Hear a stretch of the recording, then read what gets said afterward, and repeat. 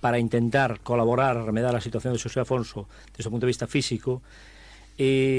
Pensamos que o diñeiro que se recaude a través da venda deste disco debe ir destinado á Asociación Xosé Afonso, que ten en Galicia, por certo, unha activísima delegación que espalla entre nós a súa obra. Bueno, pois antes falábamos dunha das sorpresas, diríamos, ainda que o Antón xa nos aclarou de que era unha sorpresa relativa para os que nunca escoitaran a Xosé Mario Branco, pero sin duda unha das sorpresas e quizá das máis agradables que houbo aquela noite, que foron moitas as que houbo, foi unha fermosa recreación realizada polo saxo de Xavier Escanet con Elías Quiroga a guitarra dunha coñecidísima canción do Seca que el titulara O redondo do vocábulo. Imos a escoitar uns minutiños.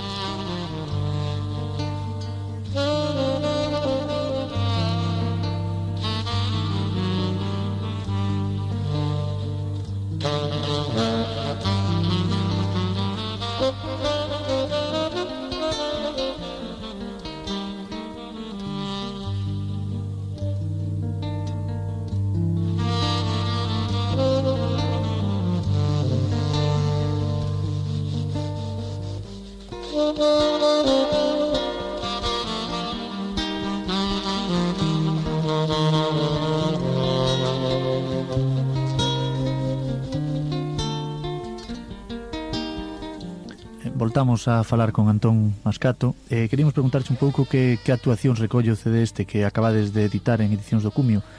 Realmente recolle unha mostra sintética de todo o que foi aquelas 12 horas de concerto e de poesía, non? Están todos menos Xosé Mario Branco, como decíamos antes, e é unha mestura de actitudes musicais, de propostas musicais e poéticas absolutamente diversa, tanto galego como portugueses.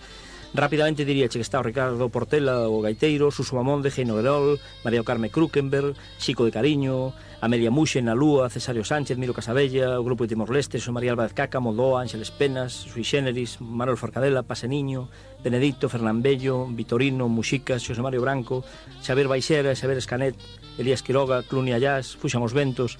É dicir, é un ronsel tan espectacular dende o punto de vista creativo, artístico, como proposta poética musical, que eu creo que é un documento, vamos, realmente moi interesante, non? Pois, como sempre, chegamos ao final da gabela. Agradecemos a amable presencia de Antón Mascato para presentarnos e dar a coñecer a este interesantísimo CD. Despedímonos. Ata a semana que ven, non o queremos facer sin deixar de recomendar encarecidamente aos nosos ointes este magnífico CD, e despedímonos escoitando unha das pezas recollidas nesta selección.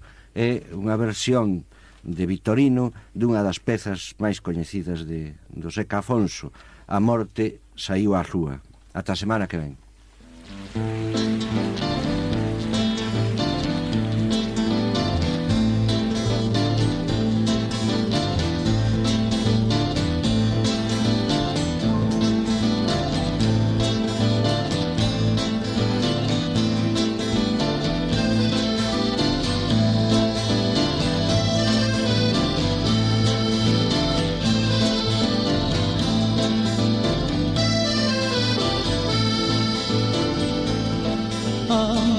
Saiu à rua num dia assim, naquele lugar sem nome para qualquer fim. Uma gota rubra sobre a calçada cai, um rio de sangue de um peito aberto sai. O vento que dá nas canas do canavial e a foice de uma ceiteira de Portugal. O som da bigorna como um clarim do céu vão gritando em toda a parte, o pintor morreu.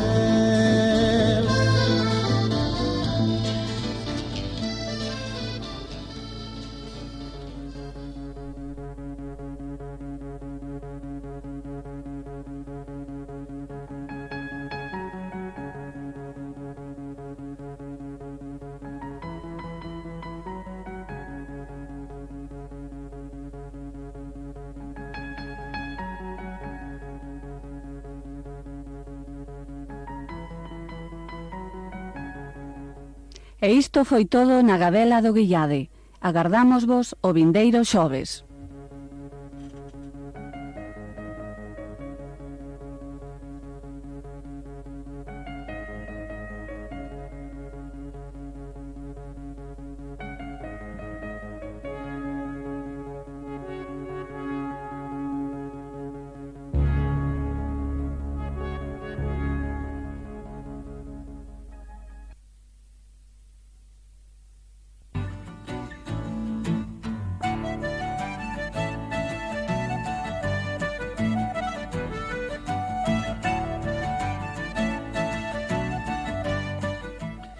Aquí comeza a Gabela do Guillade, un espacio do Instituto de Estudios Miñoranos.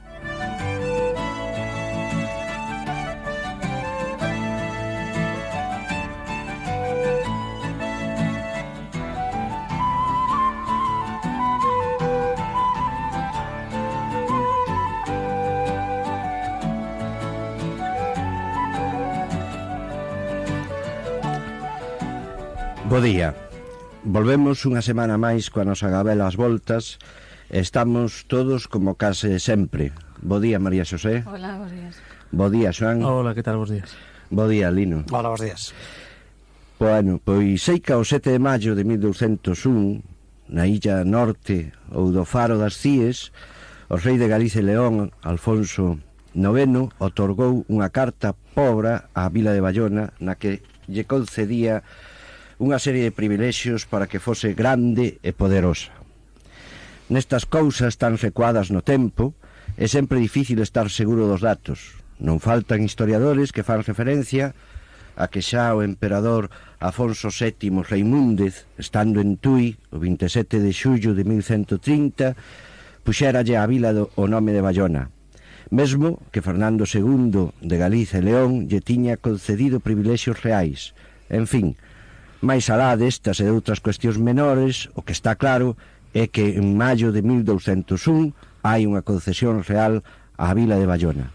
Estamos, pois, ante o 800 aniversario dese feito. Non tanto da fundación, que con outros nomes ven de moito antes, como xa nunha ocasión nos contou a nosa compañeira María Xosé, senón dunha concesión real. En todo caso, nunca está mal aproveitar a ocasión para dar a coñecer a historia longa e relevante de Bayona e de paso dar a coñecer esta fermosa vila miñorana ao mundo. Para falarnos desta cuestión temos hoxe con nós a Avelino Sierra, que xunta na súa persoa dúas condicións.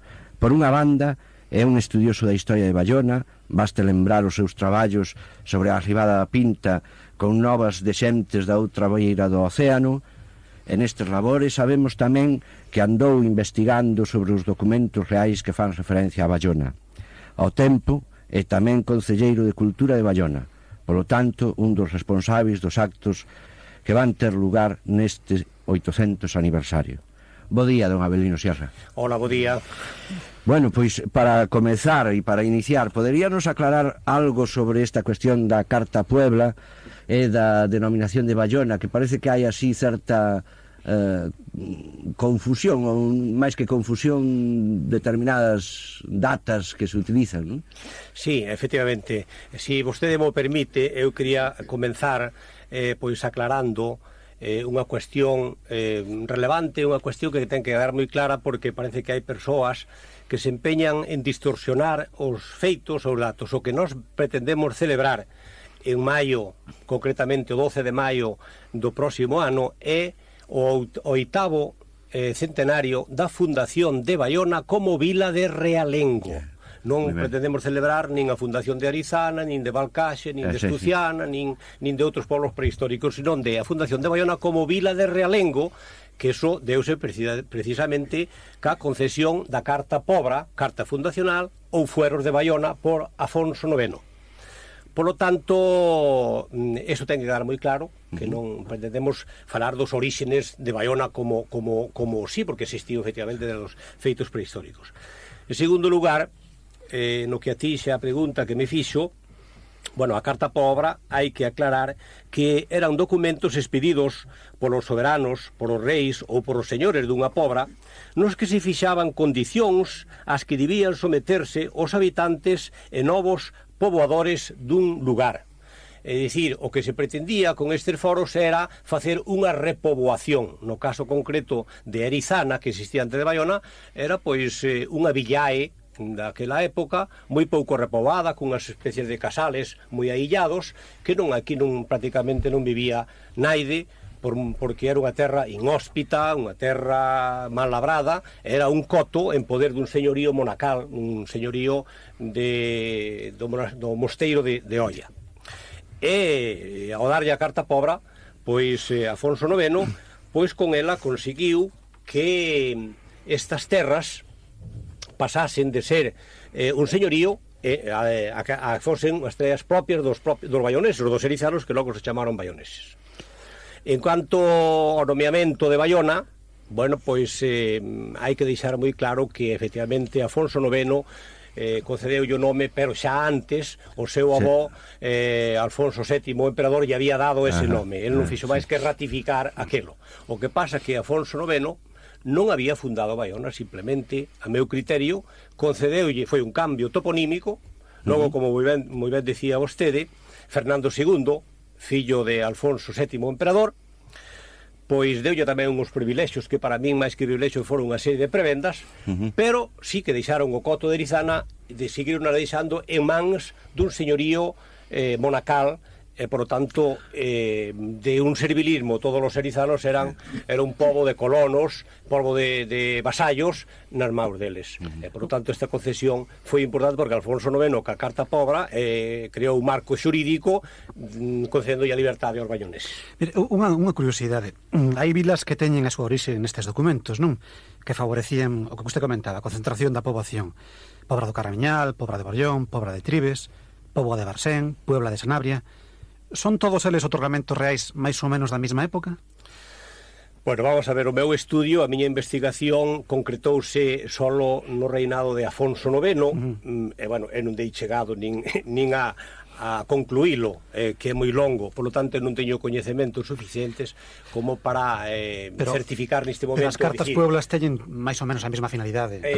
Todos os documentos poblacionales tiñan un fin dunha repoblación, pero hai algunhas cartas que son cartas pobras fundacionais e hai outras que son simplemente foros que non fundaron unha villa. Por exemplo, a carta fundacional da Coruña é diferente a de Baiona porque consistiu en cambiar o burgo de un lugar, pero non foi propiamente unha carta fundacional.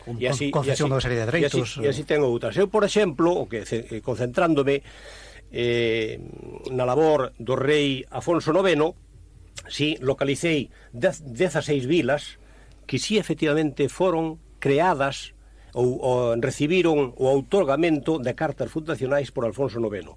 Delas son 3 na provincia de Pontevedra, 3 na provincia da Coruña e logo 5 na de Ourense e 5 na de Lugo, non? Alguna delas podía citar? Alguna delas? Sí, concretamente podía citar, por exemplo, Milmanda, que é na provincia de Ourense, Ribadeo en Lugo, Monforte ou Monteforti, Baiona, A Coruña, Tui, Melide, Betanzos, uns poblados de Valle de Orío en Mondoñedo, de Berín, que si efectivamente afundou, aínda que non chegou a consolidarse, porque logo protestaron os monxes de Celanova e houbo que desfacer o que estaba feito. Ribas de Sil, en Ourense tamén, Triacastela en Lugo, Bonoburgo de Caldelas, en Castro Caldelas, Ourense, Lobeira, Ourense, que curiosamente a carta pobre de Lobeira concedeuse estando Afonso IX en Baiona o día 10 de xuño do ano 1228, e temos ademais a carta esa pobra concreta que lle concedeu con todos os datos datada en Baiona. É un dato curioso, que ademais estaba aquí Alfonso IX cas súas dúas fillas, Doña Dulce e Doña Sancha. Foi un dato curioso. E logo despois quedan Salvaterra do Miño, en Pontevedra, que entonces se chamaba Lazoiro, e Vilanova de Sarria, en Lugo. Esas son as que eu conseguí localizar. Da época de Alfonso IX. Es de Alfonso IX, pero antes e despois non teño. Ben. Mire, vai publicar o resultado do seu traballo, das súas investigacións? Sí, nos levamos, eu levo preto dun ano investigando un pouco con escasos medios, e ao mellor non sei con que fortuna, se moito ou pouca, pero así efectivamente vamos publicar. O libro vai salir, está xa en imprenta, saldrá a finais de xaneiro, e vai se titular Fundación e Oríxenes de Baiona como Vila de Realengo. Entonces saldrá a finais deste mes e se vai distribuir gratuitamente entre todos os veciños de Bayona. No título xa parece precisada. Se parte precisada ¿Cómo? porque Sí, Vila de Realengo. para evitar malos entendidos. Bueno, pois despois das aclaracións de don Avelino Sierra da súa ilustración sobre o tema e desta primicia que nos acaba de dar tamén da publicación próximamente deste libro sobre a Fundación como Vila de Realengo de Bayona, e como sempre na Gabela do Guillade damos entrada xa ao recuncho dos nomes, onde María Xosé hoxe tamén nos vai a falar de outro dos nomes que tuvo Bayona, do Burgo.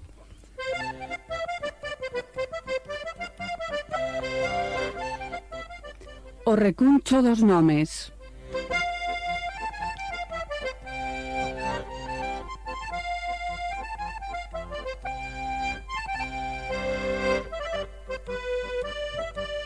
Ola a todos, moi bo día. Cabo Silleiro, Monte do Boi, as praias da Cuncheira, Barbeira e Ribeira, o propio nome de Bayona ou Baíña foron nomes do litoral bayonés xa comentados en anteriores programas da nosa Gabela.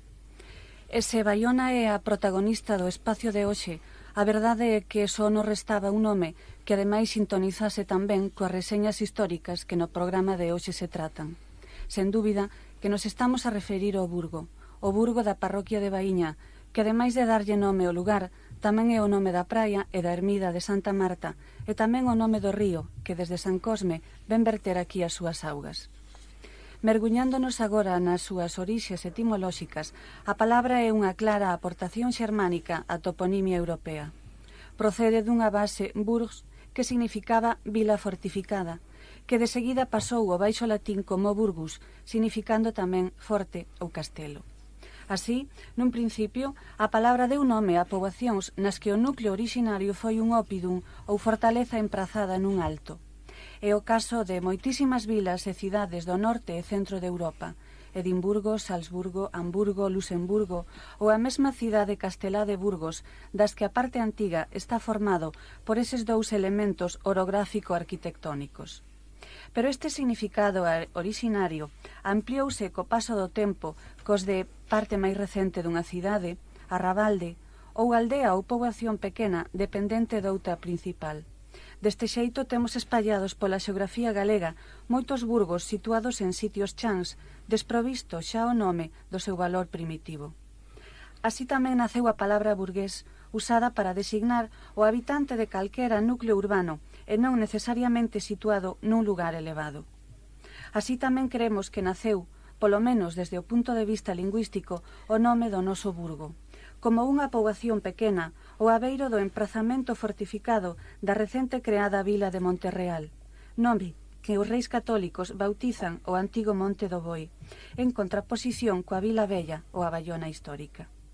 Por outra parte, remexendo noutros topónimos do Val Miñor, chámanos a atención outro burgo, situado agora na parroquia de Borreiros, cerca do Monte do Castro, o Burgovedro, que algúns historiadores queren ver o Burgo Vello co que mantén unha etimoloxía coincidente e que sería, segundo esta hipótese, de non moito rigor argumentativo por outra parte, o posible núcleo orixinario da lexendaria erizana, da que falaban os autores latinos como o oppidum dos grovios.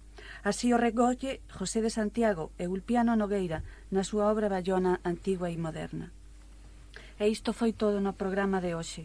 O Burgo, Burgovedro, Bayona, Vilavella, Monterreal, xa ven, nomes que teñen historia, que falan de historia, da nosa historia, dos nosos nomes. Que teñan moi bo día. Retornamos á compaña de don Avelino Sierra. Gustaríanos que neste remate ou nesta segunda parte do programa nos falase un pouco das principales actividades que se van a realizar para conmemorar este 800 aniversario do nome de Bayona ou a da fundación de Bayona como Vila de Realengo. Entón, si podía explicarnos un pouco cales son estas actividades que polo menos están ahora programadas, non? Sí, nos vemos traballando xa desde hai preto de un ano neste tema da Fundación de Bayona como Vila de Realengo, e centramos sempre o noso traballo en tres aspectos: un traballo de investigación, un traballo de difusión e un traballo de conmemoración. O de investigación quedou xa enmarcado, vai quedar no libro que se vai a editar, todo o traballo que se fixo hai un ano, e agora xa estamos un pouco xa metidos no tema da difusión, que comenzará a finais deste mes que a distribución esa do libro, como fundamento documental para o que se vai a celebrar. Logo xa creamos tamén un logotipo conmemorativo, elaboramos metopas, pins, adhesivos. Neste momento se estáse compoñendo o himno do 8º centenario, que foi encargado por a Concellalía de Cultura o maestro Gabriel Rodríguez, director da Escola Municipal de Música de Baiona, que a su vez tamén xa había composto o himno Arribada con moito éxito. Vamos a facer tamén unha edición da Carta Pobra, pero unha edición do extracto da Carta Pobra que feito por Fray Prudencio Sandoval, que é o único que nos queda porque a carta original non contamos con ela, pero con ese extracto sí vamos a facer unha especie de carta pobra para distribuíla en toda a poboación. Vamos a editar unha vista aérea da actual Baiona para que quede como recordo de algo que foi fundado hai 800 anos. E logo tamén dentro do aspecto da difusión podíamos incluir instalacións de banderolas que xa empezamos no verán con elas e a construción do monumento a Alfonso IX que estamos precisamente con el. Logo despois onde vamos centrar os actos van a ser os actos conmemorativos que empezarán no mes de abril e serán entre abril e maio. Todos os sábados de abril e de maio vamos a facer unha serie de concertos musicais que fundamentalmente van a ser música de época, con trovadores, xograres, música de época de Alfonso IX. Temos preparados uns ciclos de conferencias e en maio pensamos facer unha exposición documental e arqueolóxica do século XII-XIII, mediados do século XII hasta mediados do século XIII. E logo o 12 de maio vamos a celebrar, que coincide con sábado, vamos a celebrar o acto de exaltación. Este acto de exaltación pretende ser a inauguración do monumento de Alfonso IX e neles o que, como primicia, temos pensado convidar a este acto de inauguración ao presidente da Xunta e ao presidente de Castilla e León, porque Alfonso IX era rei de Galicia e de León, e pretendemos que estén presentes, polo menos, ou cando menos, os 16 alcaldes das 16 vilas que recibiron cartas poblacionales. Logo, despois, os actos protocolarios consistirán na intervención de todas estas autoridades, depositación depositadas coronas por cada un dos alcaldes, a interpretación dos signos, sobre todo de Fundación de Baiona, etcétera, etcétera. Bueno, pois como o tempo na radio sempre se nos agota antes de que pensamos, e despois desta anuncio das intensas actividades que vai a desenvolver o Concello de Baiona durante todo o ano que ven, o ano no que estamos xa, e despois de agradecer a presencia a Avelino Sierra, que tan gentilmente se prestou a estar connosco nesta gabela, despedímonos hasta a semana que ven.